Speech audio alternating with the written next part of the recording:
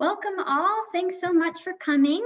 We're just going to give it another minute or so for people to enter.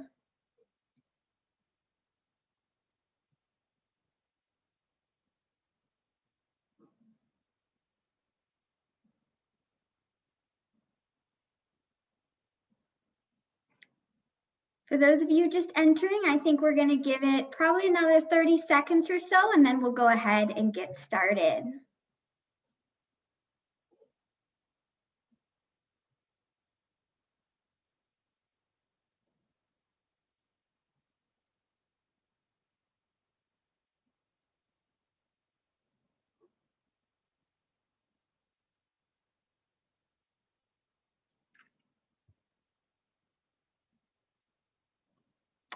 All right, it looks like we're all set. Welcome everyone. Hello, hello. Thank you all so much for coming and joining us today for Bloopers Learning Moments Abroad. Just a little bit of housekeeping before we get started. Just want to let you know that we are recording this presentation. And also, if you have any questions as we go through, please don't hesitate to put those in the Q&A box at the bottom of your screen, and we're going to get to those at the end of the presentation. All right. So we're just going to take a moment to introduce ourselves. My name is Maya Kazarski, and I'm a program advisor with IES Abroad. So I work with students from the application stage to the moment they get on the plane to go abroad. Hi everyone, my name is Megan Colhane and I'm also a program advisor. I do the same job as Maya, just with different program locations. And hello all, I am Rachel Ulrich and I am a college relations manager at IES Abroad. And so I work with students before they start the application. So when they're trying to decide what is the right program fit for them, I try to help give them the options and guide them to that correct program. So just a little bit about IES Abroad before we dig in. We are a nonprofit study abroad organization, and we were founded over 70 years ago in 1950. We've got a really wide variety of study abroad and internship options that you can choose from. Those are all offered in the fall, spring, summer, and J term. We have a consortium of over 260 schools across the country and a really wide network of alumni, which is really great for your professional development after your program with us is complete. And alumni is exactly why we are here today. So I'd like the stars of our shows to introduce themselves. We are joined today by 4 of our IES Abroad alumni.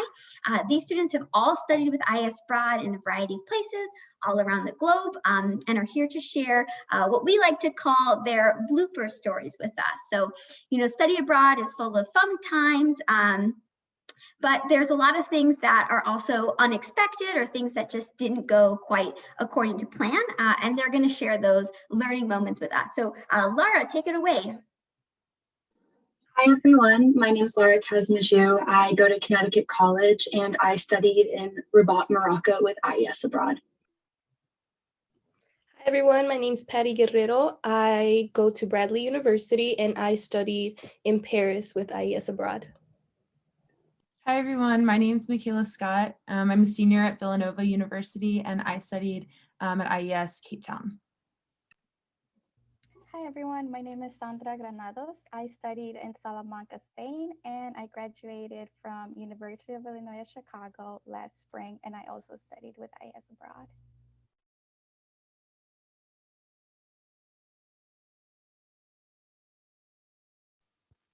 Sorry, took a minute to unmute. Hi, so before we get started with our alumni stories, we thought it would be fun to do a quick interactive game.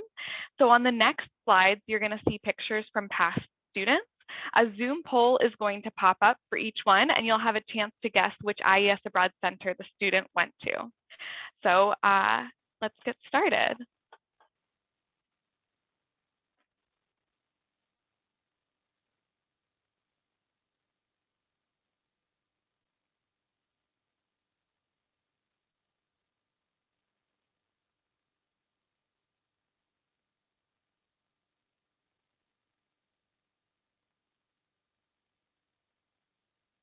Okay, so it looks like most of you chose Amsterdam in the Netherlands, and you are all correct. Actually, just kidding, April Fools. We couldn't resist just doing one of those. I won't do it again, I promise. But actually, this picture was taken by one of our students in Shanghai.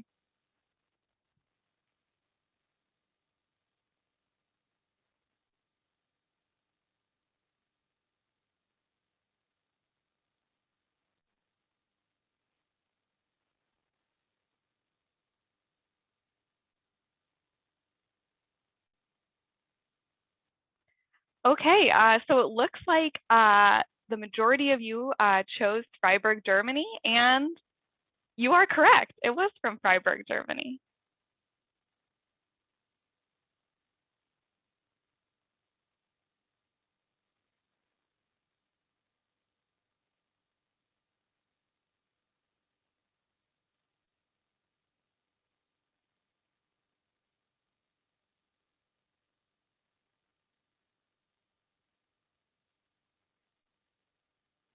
Okay, I mean, it's pretty close, but it looks like most people chose Buenos Aires, Argentina, and it is actually Auckland, New Zealand.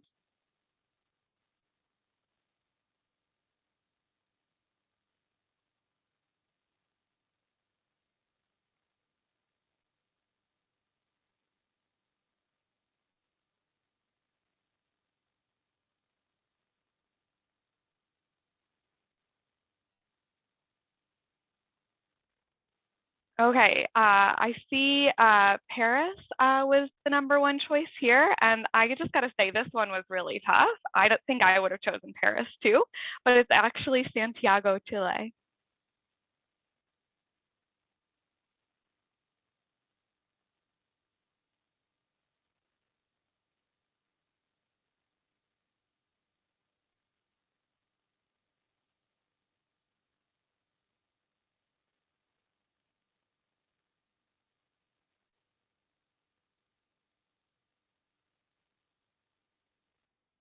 Okay, and I see Galapagos Islands, Ecuador, got it, but just barely. And the answer is Cape Town, South Africa.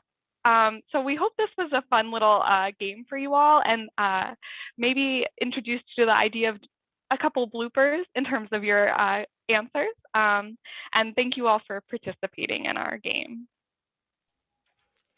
Awesome. Thanks, Maya. I tell you what, I did not get the Santiago photo at all. So that was the surprise for me. But now we are so excited to share our alumni stories with you. We gave our alumni specific prompts to kind of get the juices flowing and asked them to come up with something that happened during their time abroad that fit that prompt. And we selected about 1 or 2 stories from each alumni to share. So let's go ahead and get started. So our first prompt was, what is your true blooper story? By true blooper, I mean something maybe unexpected that happened or had something that totally unintended happen, maybe embarrassing, a really a real true blooper here. And Patty's gonna kick us off with her story. Yeah. Hi, everyone. So I think that the very first blooper that I experienced had to have been in the first few weeks when I first arrived in Paris. Me and my roommate went to go out to eat. We had a pizza. Pizzas are really big, just so you all know. We each had our own very pizza, and we started to get full. So we decided, you know what, it's time to go home. Let's just ask for a to-go box. So we asked for this to-go box. The waitress, she was so confused what we were asking for, and then we explained, like, we haven't finished our food, but we want to take it to go. And at first we thought it was the language barrier that was confusing her, but then she called the manager over, and he was just very, very firm. He wasn't rude or anything, but he just was kind of like, we don't do that here.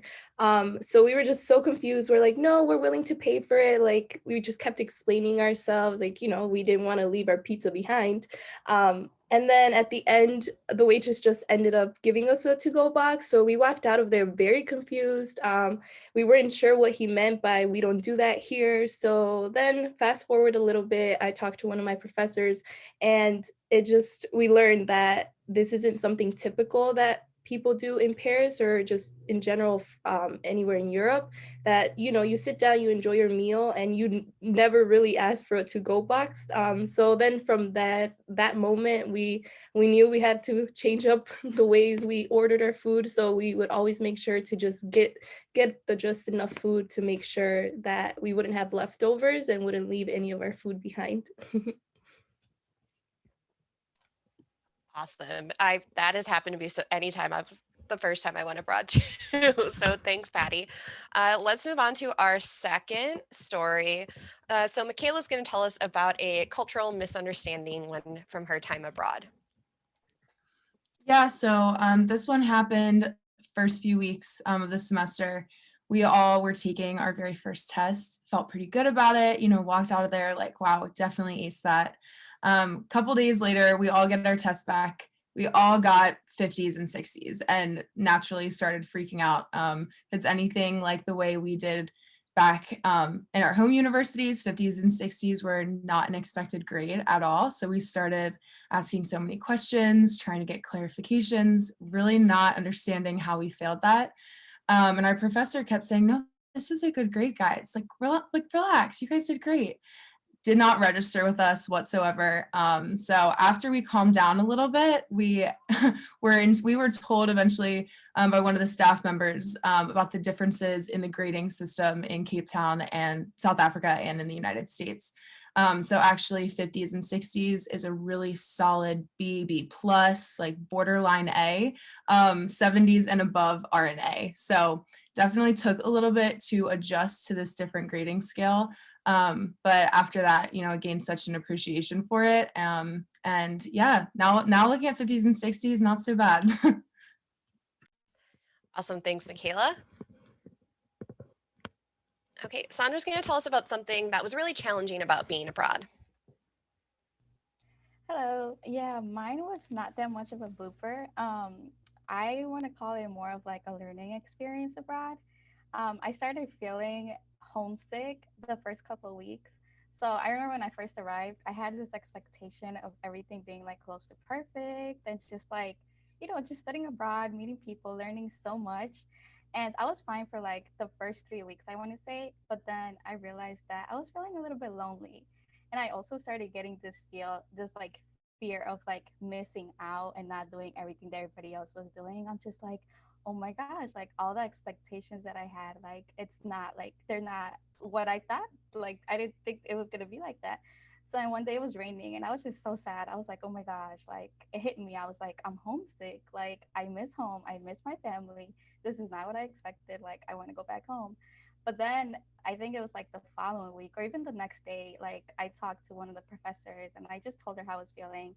She was like, oh, it's going to take a little bit of time. Like right now you think this is the worst, but like towards the end, you're not going to want to leave. And I was like, oh, whatever, you know, like she's a teacher. She's just telling me that just so I could get over it. And then after that, I started hanging out with this one girl. She's still my friend till this day. And then she introduced me to her friend. So her friend introduced me to her friend. So like we all started like introducing each other.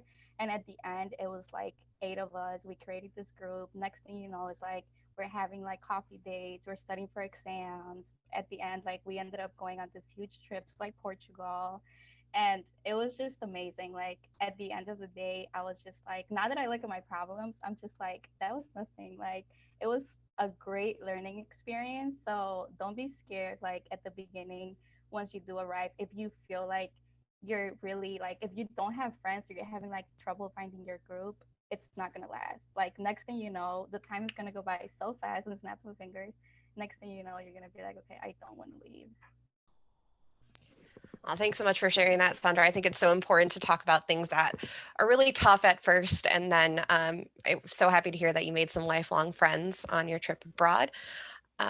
So moving right along, Laura's going to go ahead and tell us something that she originally struggled with, but grew to love. So the way that the IES Abroad Center worked in Rabat was that most of the students lived in the old Medina, which is the older walled part of the city, but the IES Abroad Center was in the newer part of Rabat. So many of us had to walk about 25 to 30 minutes every day to get to school. And I'm from Maine. It's pretty, good temperature for me. When I got to Rabat in August, it was like 100 degrees and I had to walk to school for 30 minutes. I was sweating. I would like get to the IES Abroad Center dripping, and it was so hard for me. Like it was just so challenging. I was used to driving to school every day in my car, like not having to walk through like this really bustling city. But I did that walk every single day with the people that lived around me. And it ended up becoming this really important moment in the mornings where we could check in after or check in the mornings on our way to school and chat and grab a coffee on the way. And then on the way home, it became a way to check in about how the day had been, talking about making plans for that evening. And it just kind of became this ritual for all of us, and a really beautiful way to connect with my friends, to take a moment to breathe and take in the city before going back to my host family. And also walking around a city is a really special way to learn about it and to get familiar with it. And so even though it was really difficult for me, I was there in the fall, so it did get cooler as the months went by, which helped a lot. But like I said before, it really just became a ritual and like a really, really special part of every day. Awesome. Thanks so much. All right, moving right along. Our next story is going to be about expectations that were met or missed. Yeah, so beginning my semester, I kind of expected my relationship with the staff members and the faculty to be similar to what I experienced here at a bigger university. So like maybe you'll have a couple close relationships, but for the most part, it's strictly professional and rarely spend that much time with each other. The IES Center at Cape Town was totally different than that. We had class every day in the same building that the staff work. So we were in and out, hanging out in between classes, taking breaks with them. It became such like a communal space for all of us to really get to know each other and hang out like every single day. The program also involves a couple trips. So one or two of the staff members would join us on those trips. Those two pictures are from one of them. And that's when we really got close with them. Also, the other two trips had the same tour guide. So we got so close with them. They invited us to our house. I still keep in touch with them to this day. And I feel like they turned out to be much more of friends, mentors, support system rather than staff members and professors. So it was definitely unexpected, but one of the biggest blessings from it. Awesome. Thanks, Michaela. Okay, so now we're going to talk about something you took a chance on. Patty, you want to take it away? Yeah. Okay, so when it comes to my hair, I'm very particular about who touches it in terms of, getting a haircut. I've never dyed my hair or anything like that, but just in terms of getting a haircut, I've always had my same hairdresser do my hair for as long as I could remember. When I was abroad, it was actually getting a little too long where it started to get annoying. It was just getting in my face too much, getting too tangled. So I came to the conclusion that it was time to get a haircut. At first I was a little confused. I was like, what do I even do? So I started looking for different hair salons in my area near my apartment. And then I found one that was close by walking distance. And so then I started researching different words of how I wanted my hair cut. Like I started kind of practicing what I would say to the lady in French. I also had to take into consideration that they do centimeters, not inches, and all those little details. So then I finally felt like I was ready to, face this. And so I went and I made an appointment. And then when I got to the hair salon, as some of us may know, like when you're talking to the hairdresser, they try and make that conversation, to make you feel comfortable in their chair. And that was very awkward. There was a huge language barrier. My French was not at its best at that point in time. So we were really struggling to communicate. At some point, we just started using our hands to, I was like, oh, cut it to here and little things like that. And she made me feel comfortable just because she saw that there was a language barrier. So it was a good experience. The haircut was not that great. I don't know if that was just because of the miscommunication on my end, but it was definitely an experience that I faced, I was really anxious and very worried about how things would come out. But at the end, I definitely learned my lesson. And I mean, hair grows back, so it was all right. Awesome. Thanks, Patty. Good perspective to have. All right, so to round out our presentation, we have one last true blooper story. I love this one. Laura, if you want to go ahead and share. So I was doing homework one day in my room in my host family's house, and my computer was about to die, and I was like, okay, time to plug it in. Like, I got to charge my computer. So I walked over to this outlet that I had used essentially every day that I had been abroad. And the second I plugged in my computer charger, everything went black. Like, all the power went out, like all the lights went out, everything gone. I hear my host mom scream upstairs. Have like immediate panic. She runs downstairs, Laura, like, is everything okay? And I'm just kind of standing in my room with my laptop in one hand and my charger in the other, like unable to move, like I did not know what to do. And I felt so bad, and I kept apologizing, and I was like, well, can I pay for this? Like, can I call someone? Like, I can get my parents to Venmo me? Like, it's okay. Like, we can figure this out. I'm so sorry. And she just kind of like calmed me down. Was like, it's going to be fine. We called someone. They came and fixed it a few days later. But that night I still had to do my homework. So I propped up my little Arabic textbook on my windowsill and was studying based on the light from the street lamps. And it was just a really good reminder that, sometimes things don't go right. Things can be a little tricky and messy abroad, but you got to find the humor in it, and everything works out. That was just such a silly moment in my life. Thanks so much for sharing all of your stories, everyone. We all see study abroad in really these picturesque Instagram moments, but in reality, it is so much more than that. There are slip-ups, there are mistakes, there's challenges and homesickness and cringeworthy moments, but that's what really makes study abroad memorable and worthwhile, because it's within those moments that we believe you're able to reflect and actually grow from your experience. So we're so grateful for all of our alumni for being here today and sharing our stories and the maybe the less than perfect aspects about being abroad. All right. So I hope you guys all enjoyed those stories. And if you now, love them and want to go abroad, probably wondering how you can learn more. So first and foremost, all 4 of the alumni who are here today are part of our IES Abroad Ambassador Program. So what that means is they're actually available to answer any questions you have. So they've already studied abroad, so they know the ins and outs of it. So if you have questions, please feel free to go onto our website, and you can email an ambassador from a specific location, or maybe with a specific housing choice, things like that. And they can tell you about their experience, what went well, or maybe what they might change for the future.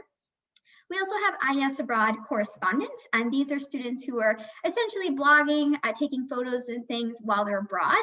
So if you check that out, you're going to get a really great snapshot of what it's like to be abroad, and all the things you might be able to do when you get there. And then, of course, our staff is always here to help, but especially our IES Abroad advisors. They're going to help you through the process from this time that you start your application until you make it abroad, so you don't ever have to go at it alone. And then, of course, please feel free to check us out on our social media pages. Our centers will send updates on what's going on in their cities, and then we'll also give you reminders about deadlines and things so you can stay on track. So next steps, how are you going to get there?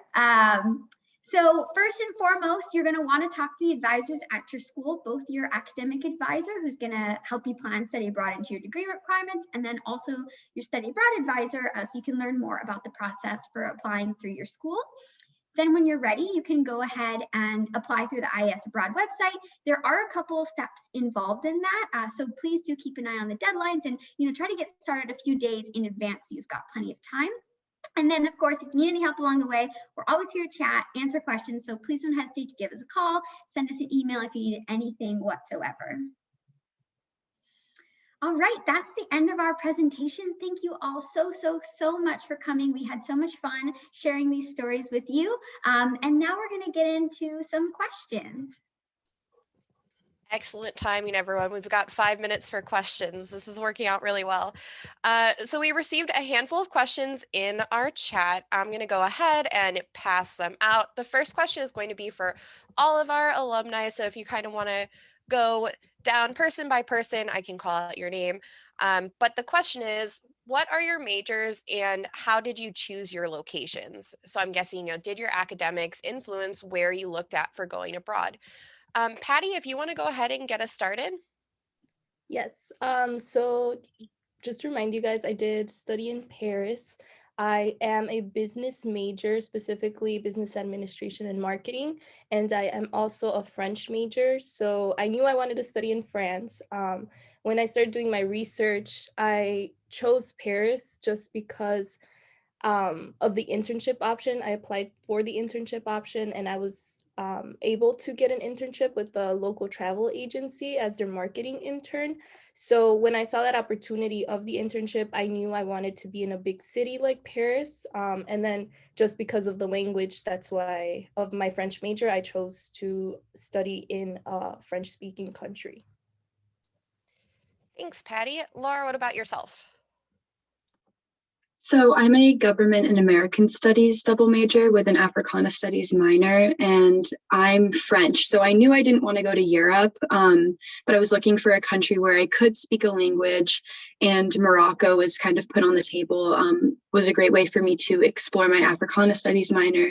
And none of the government courses at my university offered classes about African politics. So that was a great opportunity as well. Excellent. Sandra? Yes, my major was criminology, law, and justice, and I was a minor in sociology. And I chose Salamanca, Spain, because for UIC, we needed a year of Spanish, like to learn Spanish, which is like Spanish class. So I was like, why not go to Spain? So it was more for like just the language. Thanks. And Michaela? I study psychology at Villanova. I also had a minor in global health, so that aligned really nicely with the program that I chose in Cape Town, which was specifically health, culture, and development. So that is like the biggest reason that I ended up doing it. Definitely confirmed all of my interests, and then because of the program, I was able to add Africana Studies minor as well. So kind of a, reciprocal thing there. Excellent. And actually, Michaela, I've got another question for you. Someone wants to know how classes were like abroad and were they very different from home? And you mentioned in your story that the grading scale was different, but for your program, was there anything else that was different? Maybe the atmosphere, what it was actually like to be in classes? Yeah, so my specific program was just IES students, which was a lot different than obviously what we have back at home. So every day, all my classes were 5 students, which I grew to love. It was honestly the most comfortable, casual environment, but I learned the most. So that was unlike anything I've been through before. Course-wise, it was much more specialized than what I'm used to at home. But again, I absolutely loved that, and it was perfect for one semester. Excellent. Thanks, Michaela. We've got time for one last question, I think. Sandra, we have a question about study abroad and its impacts on maybe what you were thinking about doing or your career path. And I know when we met earlier, you had mentioned that study abroad actually came up in an interview for you. Did you want to talk about that a little bit? Sure. So I graduated last spring, and that's like when COVID had just started. So I was just like looking for jobs, applying everywhere, and then all of a sudden I got they reached out to me from Google slash YouTube that they wanted me to work for them, and I was just like, okay, like this is not real. Like, why is somebody reaching out to me? Like, it was just weird, and I was just like, okay, I'm gonna give it a shot. So then they like just called me one day, and like after I like gave them my information, they called me and they actually decided to interview, and I had to pass 4 interviews in order to like start working at Google. So then the fourth, I passed all three at first, and then I passed the fourth. The fourth one was like the last one. So they asked me about a recent experience where I believe like I wasn't gonna like get through it, but somehow like I ended up learning from it, and just like it was just like a lot, all the stuff like they were asking me, but I ended up using an experience from studying abroad. So considering that was the last question, and I used one of the experiences from abroad, I ended up actually getting the job, and right now I'm working at Google for YouTube. So I just feel like studying abroad definitely shapes you into who like you become later on in life, and I'm actually like really happy, and that's the reason why I decided to become an ambassador, because it's just like it took me to places that I never thought I would be like I am right now. Thank you so much, Sandra, for sharing your story. And thank you to all of our ambassadors. I really want to be cognizant of our time. It looks like we're about a minute over. Sorry about that, everyone. If we didn't get to your question or you have more questions from us, we would love to hear from you. Please reach out via phone or email, and we'll be happy to connect. I want to say thank you to everyone for joining us today. This has been a blast. I know I had a lot of fun.